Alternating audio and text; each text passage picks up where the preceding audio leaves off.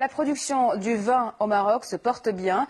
Le secteur est en pleine croissance. Environ 10 000 personnes y travaillent. Près de 60 millions d'euros par an reviennent à l'État grâce aux taxes sur les alcools. Comment se fait-il que dans ce royaume qui interdit la consommation d'alcool aux musulmans marocains, les vins locaux peuvent aujourd'hui rivaliser avec les meilleurs au monde? Regardez. Nous sommes dans la région de Romanie, en bordure de l'océan Atlantique. C'est l'heure des vendanges à la Ferme Rouge, l'un des 6 domaines de production vinicole du Maroc. Le vigneron Jacques Poulain est d'origine bordelaise. Depuis 13 ans, il participe au renouveau du vin marocain. Ce sont notamment les techniques de production qui se sont transformées.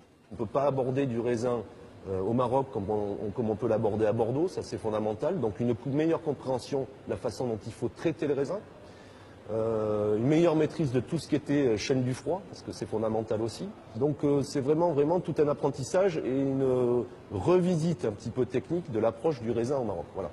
Il y a 2500 ans déjà, les Carthaginois faisaient du vin sur ces terres africaines. La production s'est intensifiée sous la colonisation française.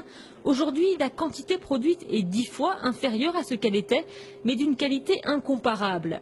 Premier vigneron du royaume, le Marocain Brahim Zniber, qui concentre 85% des parts de marché. Dans ses équipes, de nombreux Français, vignerons ou œnologues.